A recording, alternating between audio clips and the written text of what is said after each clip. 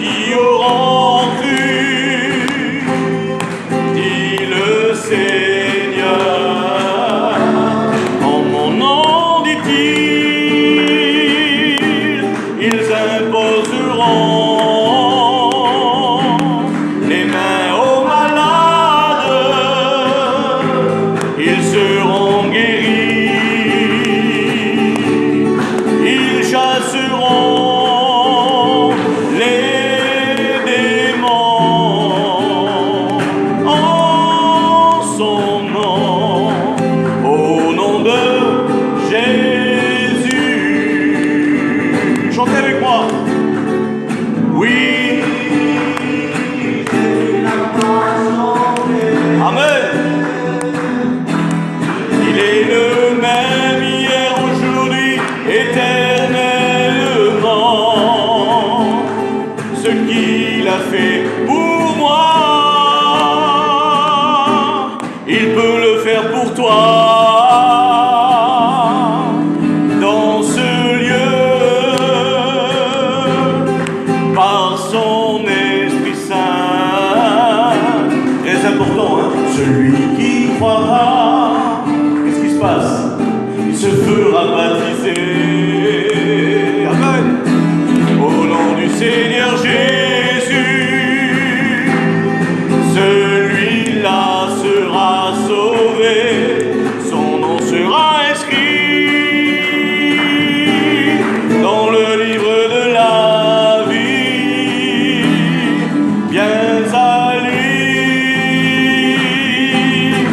toi aussi.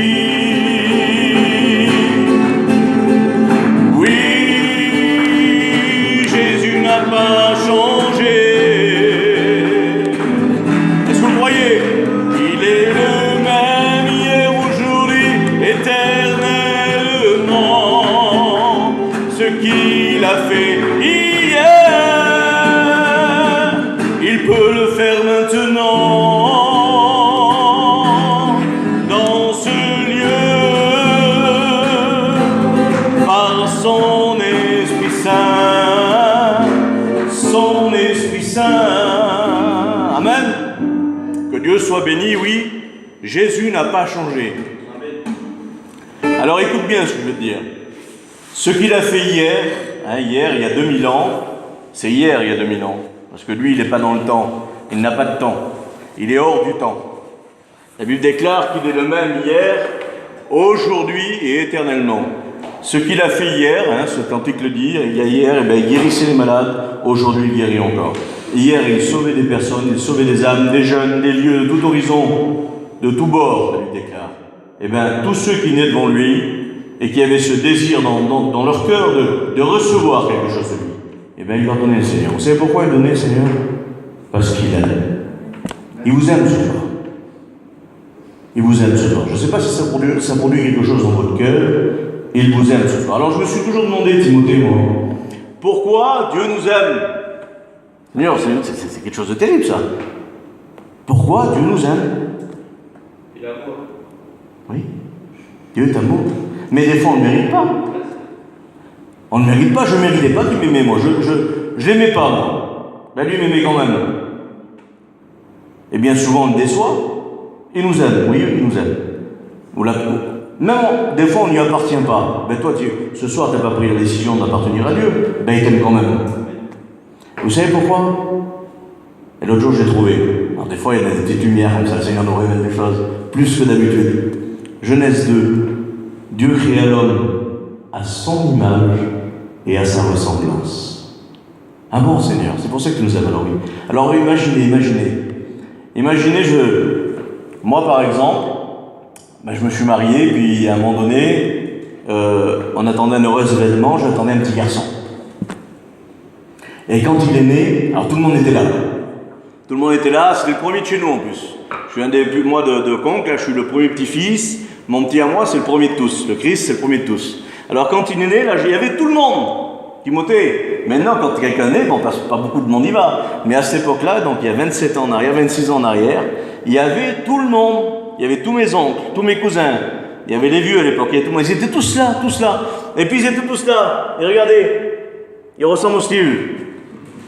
L'autre, il dit, non, il ressemble à sa mère. L'autre, il ressemble... Mon Dieu, c'est pas possible. Il me ressemble à moi. Quand j'écoutais ça, là, quelle contentesse que j'avais. Je sais pas, j'étais fier, moi. Et je te l'aimais encore plus. Imaginez, il me ressemble. Eh bien, Dieu a fait l'homme à sa ressemblance. Voilà pourquoi il vous aime. Parce qu'il vous a créé à sa ressemblance. Alors c'est pour ça qu'il vous aime et c'est pour ça qu'il veut vous sauver. Parce qu'en vérité, vous êtes des enfants de Dieu. Il n'y a que juste à l'accepter. Le diable est venu, il a séparé, il a mis des petits dégâts, il a fait des petites choses. Mais Dieu veut rétablir ce soir. Amen. Hein, Dieu veut vous sauver ce soir, Dieu veut vous pardonner, Dieu veut vous justifier. Vous vous rendez compte, je ne sais pas si vous imaginez la chance que vous avez, la grâce que vous avez. Que Dieu soit béni. Voilà, on va rentrer dans le programme. Je voudrais que Aurel vienne. Je l'ai pris longtemps, je ne vais pas écouter témoigner, mon Aurel. Alors elle va nous dire un mot de la part du Seigneur, que Dieu la bénisse. Après on appellera maintenant, nous chantera un cantique. Gloire à Dieu. Je ne parle plus, c'est du cantique. Ben moi, je suis contente d'être revenue ici. Gloire à Dieu. J'ai passé vraiment une bonne été, j'ai vraiment été bénie. Et puis, moi, je vais vous raconter mon témoignage. Moi, j'ai toujours connu les choses de Dieu. J'ai grandi dans les missions, donc j'ai grandi dans l'église, là. Et puis, moi, à 12 ans, j'ai donné mon cœur à Dieu. J'ai suivi le Seigneur pendant 2 ans et à 15 ans, je me suis baptisée. Voilà, que Dieu vous bénisse. Amen, hein, que Dieu soit béni. Elle a dit qu'elle a passé une bonne année, elle a été bénie. Hein, elle n'a pas passé une bonne année, je ne sais pas comment. Elle a passé une bonne année parce qu'elle a été bénie. Amen. Tu viens maintenant chanter un cantique?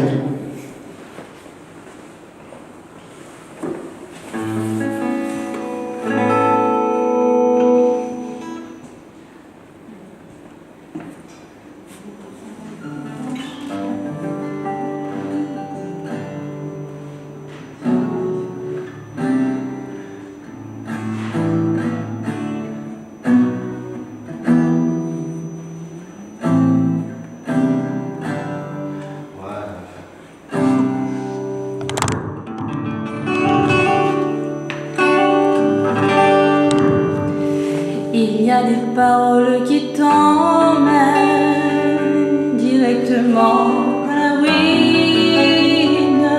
Il y a des paroles qui te marquent pour le reste de ta vie. Il y a des paroles qui te font mal et qui dominent tes pensées. Il y a des paroles qui resteront, que tu pourras oublier. Mais il y a une parole qui peut te donner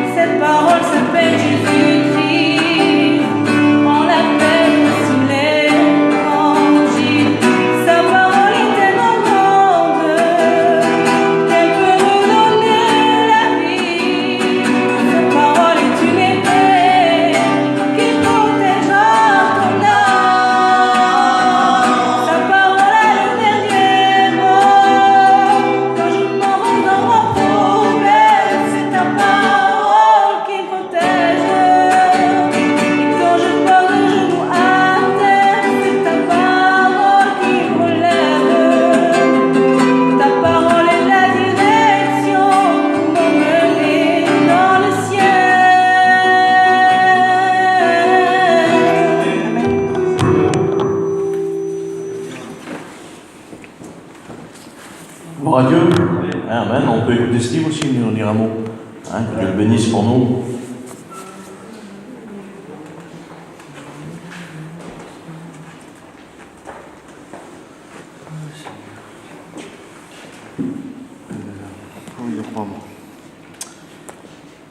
Je vous dire un truc important, de lire la Bible. Moi, je lisais la Bible, mais vaguement, on va dire, je la lisais une fois par semaine. Et là, il y a à peu près un mois de ça, je lis la Bible presque maintenant tous les jours. Gloire à Dieu. Je grandis dedans, bien sûr, j'apprends pas mal de trucs. Et tout à l'heure, j'ai lu ma Bible, et sans m'en apercevoir, j'ai lu la Bible au moins plus d'1 heure. Et j'ai prié le Seigneur. Si vous saurez la bénédiction tout à l'heure sur moi dans mon camping, pourtant j'étais tout seul, il n'y avait personne. J'ai prié le Seigneur, j'ai lu ma Bible. Seigneur, c'est vraiment important de lire sa Bible. Alors que Dieu vous bénisse. Amen. C'est important de lire la Bible. Il a dit le frère. Vous savez, prier, c'est parler à Dieu. Lorsque vous priez, vous parlez à Dieu. Vous lui parlez, vous lui demandez. C'est pareil. Prier, ça veut dire demander. Ça veut dire intercéder, si vous préférez. Ça veut dire avoir un dialogue avec Dieu. Mais lire la Bible, c'est Dieu qui nous parle. Lorsqu'on prie, on lui parle, et lorsqu'on lit la Bible, c'est lui qui nous parle. Donc si vous préférez, imaginez-vous, alors vous allez comprendre, parce qu'il faut faire les choses dans l'ordre. On ne fait pas n'importe quoi dans l'évangile. Tout est réglé, c'est pas nous qu'on a mis les règles, vous comprenez bien, c'est le Seigneur qui a fait tout. Imaginez, moi je parle à Rocky, et moi toujours je parle et lui il ne me parle pas. Alors où il est muet, pas pareil, ça peut le faire. Mais toujours moi je lui parle et lui il ne me parle pas. Alors, si vous préférez, si je prie tout le temps sans lire la Bible, Dieu ne me parle pas, mais je parle toujours avec lui, mais lui ne me parle pas. Mais si je fais les deux, c'est-à-dire si je prie, je lui parle, et si je lis, c'est lui qui me parle. Alors ça se fait qu'il y a un dialogue qui est dans les deux sens. Parce que Dieu a des choses à nous dire. Est-ce que vous le croyez ? Et ce soir, il va nous parler par travers de son messager, mais des fois, quand on est chez nous, on est tout seul, on lit la Bible, Dieu nous parle aussi. Amen. Que Dieu soit béni, voilà. Lévi va nous chanter un cantique.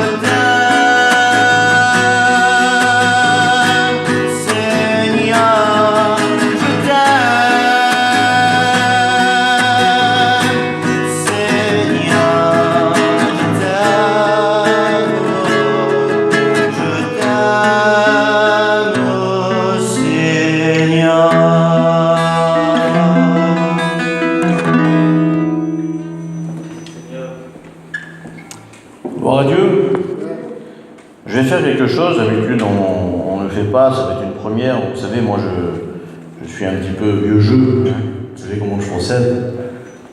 Mais c'est un garçon qui a un bon témoignage, il va se baptiser dimanche. Donc je pense qu'il peut venir nous dire un témoignage. J'attendais que tu dises je veux me baptiser, vous. Et c'est à partir de là que je vais travailler. Que Dieu soit béni. Bien, tu vas nous donner un mot de témoignage.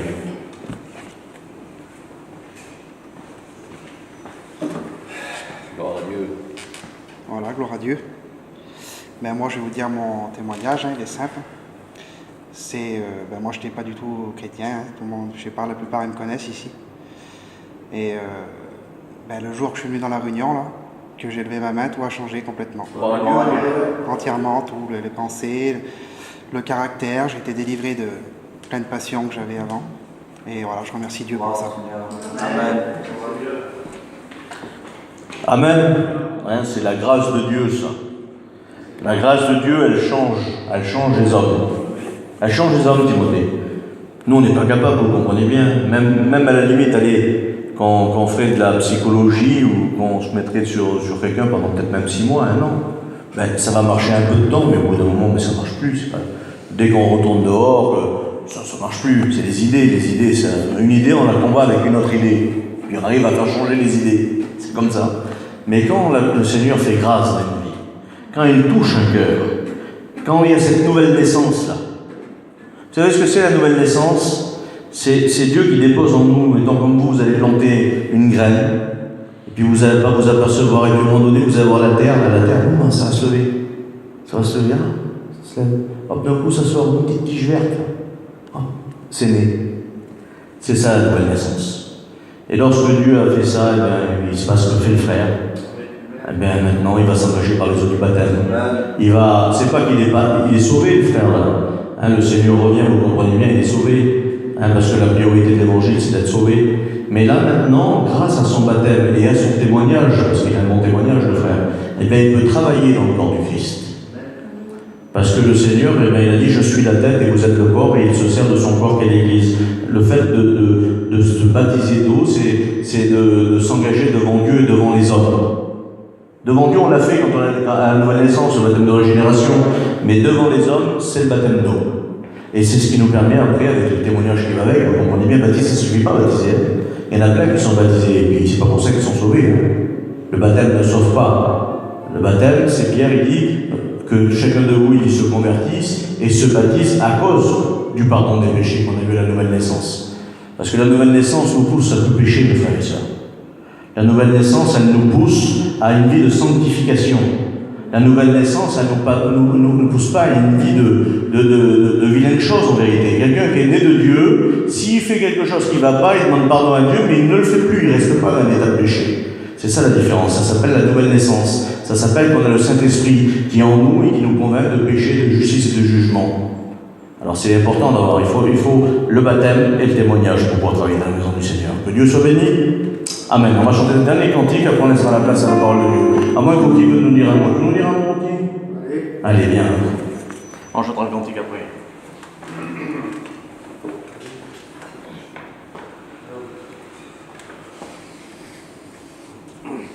Mais moi, je vais vous dire une expérience que j'ai faite il y a pas longtemps. Il y a à peu près 1 an, qu'il y a une fille, mettons, qui m'a contacté à force de regarder les réunions et puis qui me parle. Et qui me parle de Dieu, parce que c'est une rétrograde. Et elle a voulu entreprendre des projets. Des projets compliqués, il y avait quand même de Dieu dedans, mais c'était compliqué. Et donc, au bout d'1 an, on priait, ça s'est réalisé. Mais elle priait jamais à haute voix. Jamais, on priait jamais ensemble. Elle priait de son côté, et puis moi de son côté. Et puis un jour, je lui ai dit, mais depuis le temps qu'on se connaît, tu pries toujours pas avec quelqu'un. Elle me dit non. J'ai un chrétien, il prie pas tout seul. Il peut prier tout seul un moment, mais si tu veux avoir des victoires dans ta vie, il faudra que tu pries avec tes frères, avec tes sœurs. C'est comme ça. Et puis ça passait pendant un moment, et puis ça bougeait pas. Puis un jour, je lui ai dit, écoute, j'ai dit là, pour le moment, t'as pas de problème, t'as rien dans ta vie, ça serait bien que tu pries, que tu commences à prier à haute voix avec quelqu'un comme ça. Il faudra pas attendre un jour qu'il t'arrive un problème avec un enfant ou quoi que ce soit. Et 2-3 jours passent, je reçois un coup de téléphone, et puis elle me dit, tu peux faire une prière pour mon neveu? Il a 42 fièvres, là, il est pas bien, puis on appelle le SAMU. J'ai dit, oui, je vais faire une prière. Mais j'ai à condition que tu fasses une prière après avec moi. Et la fille, elle me dit d'accord. Elle dit, je raccroche, Rocky, parce qu'on n'a qu'un seul téléphone pour appeler le SAMU. Je dis, bon, ben d'accord. Et il y avait un de mes cousins avec moi, que lui aussi, il n'a pas l'habitude de prier à haute voix. C'est pas son habitude, là. Et il me regarde, il me dit, qu'est-ce que tu fais? Ben, je dis rien, je vais prier le Seigneur. Et je me suis mis chez moi, je me suis mis à genoux, et j'ai commencé à prier. Puis il est arrivé, il n'a pas dit un mot, il a prié Dieu avec moi, à haute voix, alors que d'habitude il ne le faisait jamais. Et on finit la prière. Le téléphone il sonne, et j'ai bon ben voilà, j'ai fait une prière, tout ça. Il me dit oui, c'est bien. Je dis maintenant tu vas prier avec moi. Elle me dit mais elle dit tu comprends pas, elle dit machin. J'ai dit écoute, ça va te coûter, mais c'est Dieu ce qu'il demande. J'ai dit c'est comme ça. Alors j'ai dit ça serait bien que tu pries avec moi maintenant. Elle dit bon ben d'accord. Et elle a prié avec moi au téléphone, et ben tout compte fait, elle a fait, c'était pas la prière de 10 secondes. Elle a quand même prié le Seigneur et tout ça. Et après, mettons, il passait, mettons, dans la soirée, à la soirée, tout ça, après 2-3 jours, j'ai eu au téléphone, j'ai dit alors ton neveu, t'as des nouvelles, qu'est-ce qu'ils vous ont dit Elle m'a dit écoute Rocky, il a rien eu du tout. Elle dit on a prié, mais il a rien, il va très bien. Elle m'a envoyé des photos de l'enfant, il avait le feu, il allait bien. Voilà, alors si mettons il y en a qui veulent s'approcher du Seigneur, bon, moi je dis ça, c'est parce que voilà, s'il y en a qui veulent s'approcher du Seigneur et qui comprennent pas que ça avance pas trop, c'est bien de prier tout seul. Mais il faut prier avec ses frères aussi, si vous voulez avancer avec ses frères et ses sœurs, voilà, que Dieu vous bénisse. Gloire à Dieu, hein. En Genèse cantique, il dit oh quelle grâce. Oh quelle grâce. Je sais que Jésus vit en moi. Oh quelle grâce. C'est de servir un Dieu vivant mais si puissant. Sers-toi de moi, mon Dieu, tant qu'il est encore temps, à témoigner, mon Dieu, que ta parole est la vérité.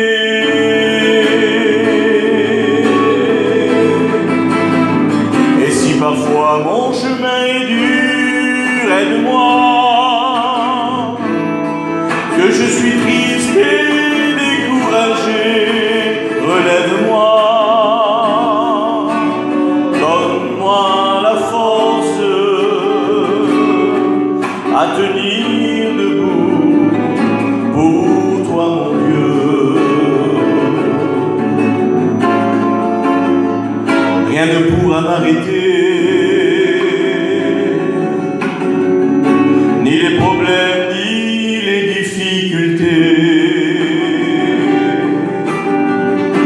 pour servir celui qui vit en moi, le maître de ma vie. Des fois ça arrive, et si parfois mon chemin est dur, aide-moi, que je suis triste et découragé, relève-moi. Donne-moi la force à tenir debout pour toi, mon Dieu. Amen. Hein, que Dieu soit béni. Voilà, on va laisser toute la place au message de Dieu, hein, Timothée. Que Dieu le bénisse pour nous. Amen.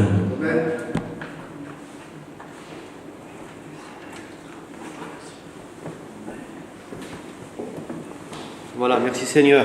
Amen. Voilà, je suis bien heureux d'être là ce soir avec vous. Hein. Merci Seigneur de prêcher la parole de Dieu à la jeunesse. Merci Seigneur, ça fait quelques temps.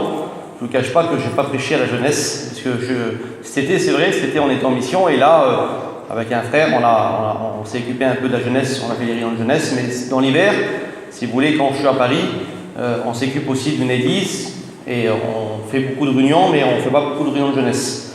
Mais merci Seigneur, ce soir je suis là avec vous.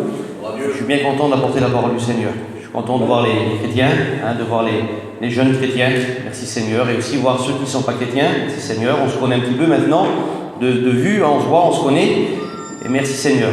C'est une grâce d'être là, c'est une grâce d'être toujours fidèle avec le Seigneur, même si les années passent, même si les mois ils continuent, d'être toujours fidèle au Seigneur, c'est important. Amen. Merci Seigneur.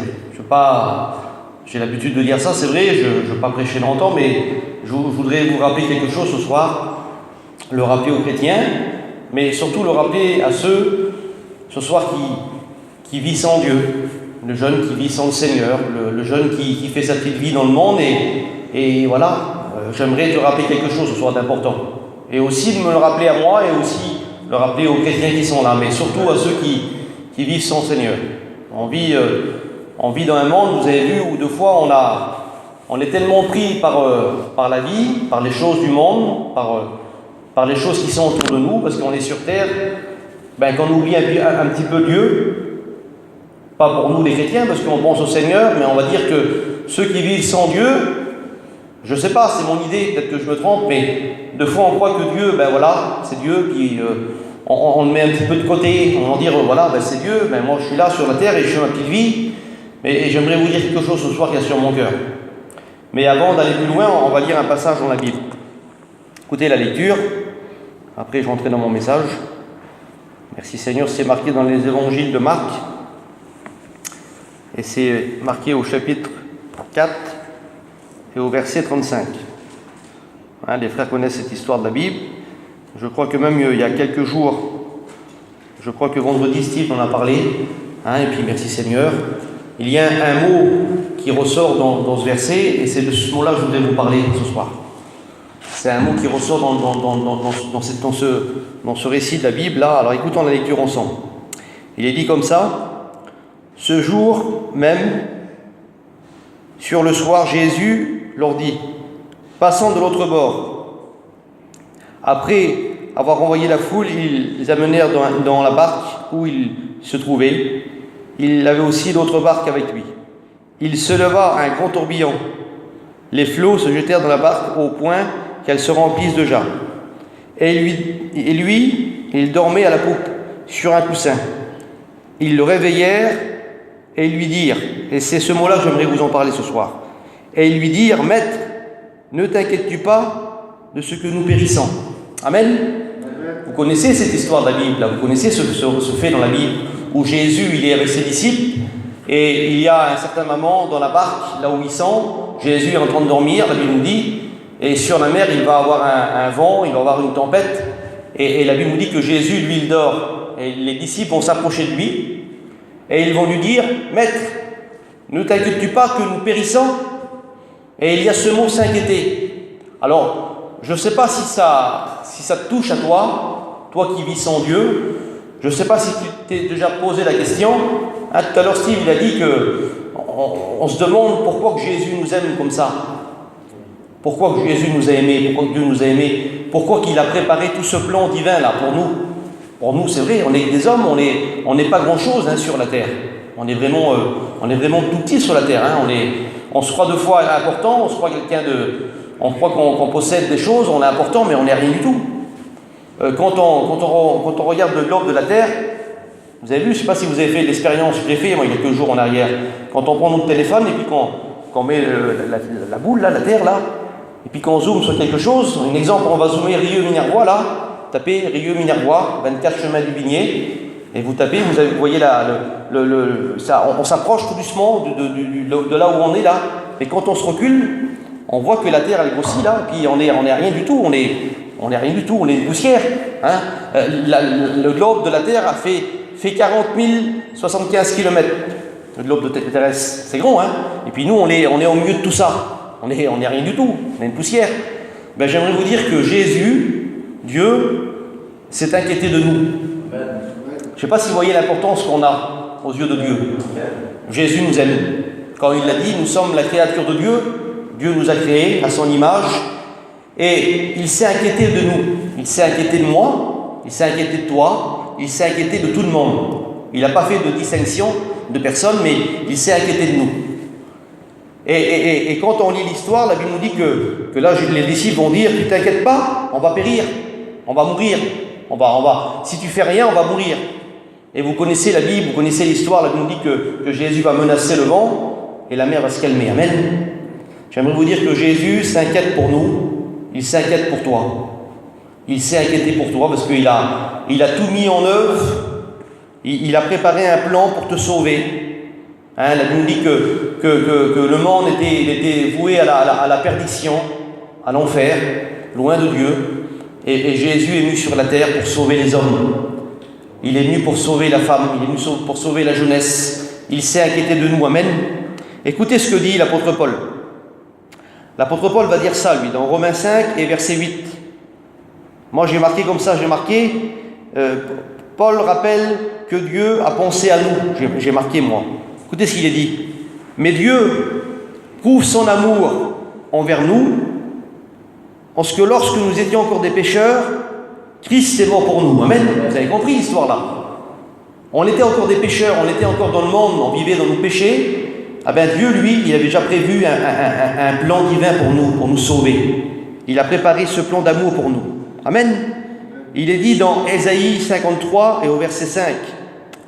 Et ça, c'est important pour nous. Écoutez ce qu'il est dit. Il est dit que le châtiment qui nous donne la paix est tombé sur lui. Normalement, c'était nous. Le châtiment, c'est quelque chose d'important, c'est une peine sévère, quelque chose où on ne peut pas passer à travers. C'était pour nous le châtiment. Mais la Bible nous dit qu'à cause que Dieu nous a aimés, il est dit comme ça que le châtiment qui nous donne la paix à nous, qui nous donne le salut, est tombé sur lui. Il a pris notre place. Quelle beauté. Vous avez vu, des fois on s'inquiète, je ne sais pas si vous inquiétez pour vos familles, vous inquiétez, nous on est mariés, puis quand on a des enfants, on s'inquiète. Si on ne voit pas nos petits quelques heures, on s'inquiète, on a d'inquiétude, et c'est normal. Dieu s'inquiète, lui. Jésus s'est inquiété pour toi. Amen. Et peut-être que toi tu dis, mais moi je ne suis rien du tout, Dieu ne pense pas à moi, je suis trop jeune, je passe inaperçu devant Dieu. Non, tu ne passes pas inaperçu devant Dieu. Le Seigneur te connaît plus que toi tu te connais.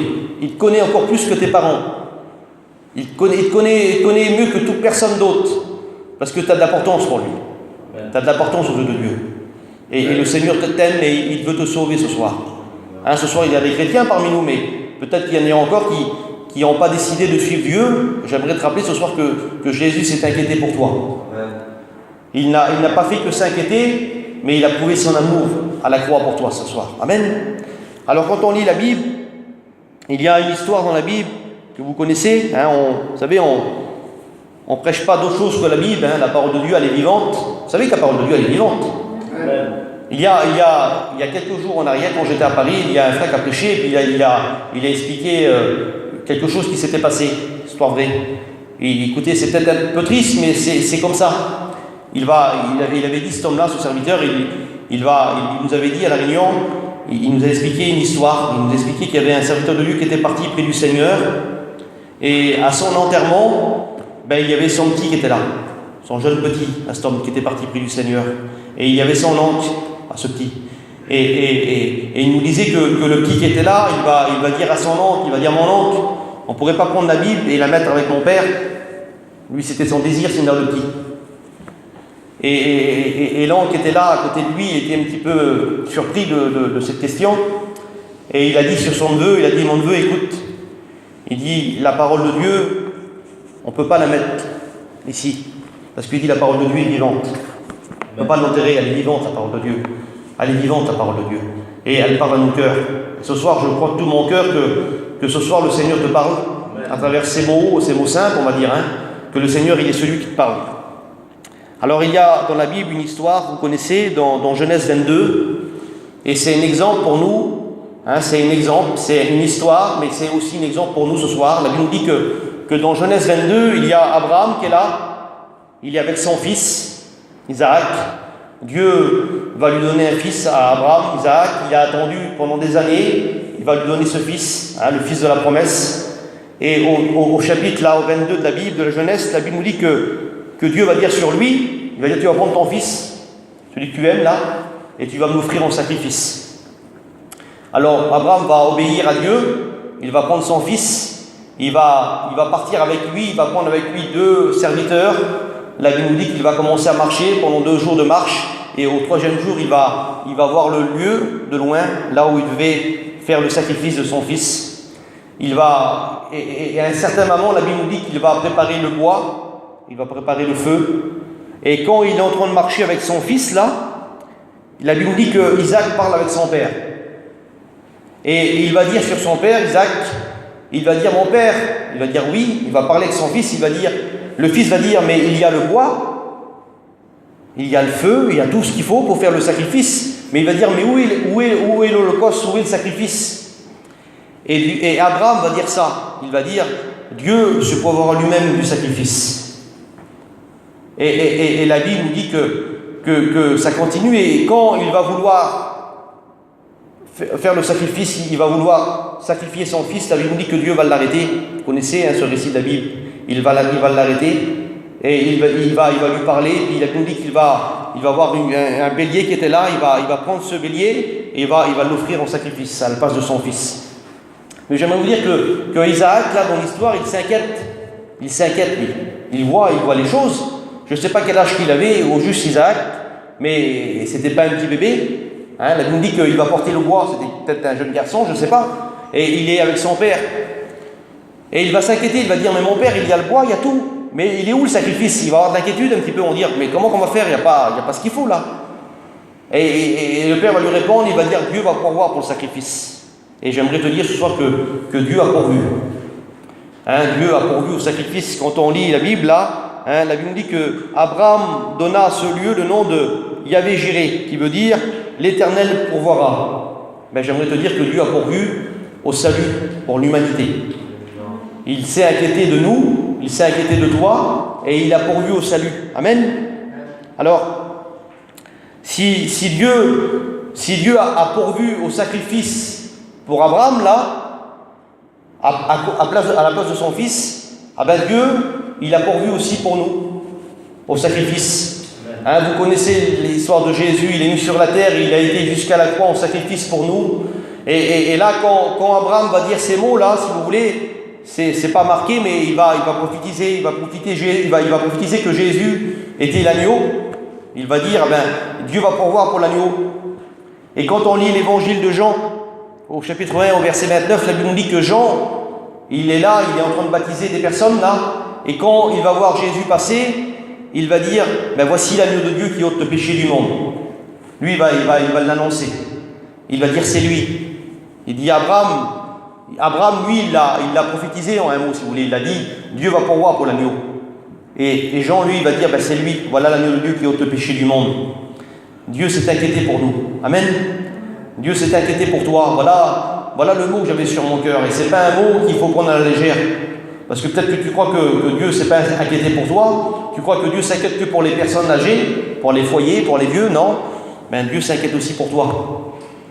La Bible nous dit qu'il a des projets de paix pour toi ce soir. Projets de bonheur. Mais c'est à toi de les saisir ce soir. De dire, Seigneur, tu t'es inquiété pour moi qui suis qu'un jeune, on va dire, qu'un jeune garçon ou une jeune fille. J'ai peut-être pas beaucoup d'importance aux yeux des gens qui sont autour de moi, où on est comme on est, il n'y a pas de problème. Mais Dieu s'inquiète pour toi. Il a tout mis en œuvre pour que tu sois sauvé. Il a tout préparé. Il a préparé ce salut pour toi. Alors c'est à toi de saisir ce soir. Voilà ce que je voulais te rappeler ce soir. Je voulais aussi le rappeler à nous les chrétiens que Jésus, on sait, mais des fois on a besoin de se rappeler que Dieu s'est inquiété pour nous. Hein, ça fait du bien de se rappeler, de dire, Seigneur, quel amour tu as eu pour nous, tu t'es inquiété pour nous, tu as pourvu au salut, tu as pourvu à un salut divin pour nous, et tu pourvois au salut pour ceux qui vivent sans Dieu, tu pourvois un salut pour les jeunes filles, les jeunes garçons. Alors si peut-être que ce soir il y a des jeunes qui sont là et qui se disent, Seigneur, je vois la chose différemment maintenant, parce que ton serviteur me rappelle que tu t'es inquiété de moi. Oui, le Seigneur s'est inquiété pour toi. Il veut que tu sois sauvé aussi. Il veut que tu vas au ciel aussi avec nous. Il veut que tu sois prêt pour aller au ciel. Vous savez, sur la terre, on est peu de choses, vous le savez très bien, on vous le dit souvent, mais c'est la vérité, c'est une réalité. On n'est pas appelé à vivre ici sur la terre éternellement, il faut se préparer à vivre avec le Seigneur. Alors peut-être que tu connais les choses de Dieu, parce qu'on se connaît un petit peu, mais que tu sois jeune ce soir, tu as besoin du Seigneur.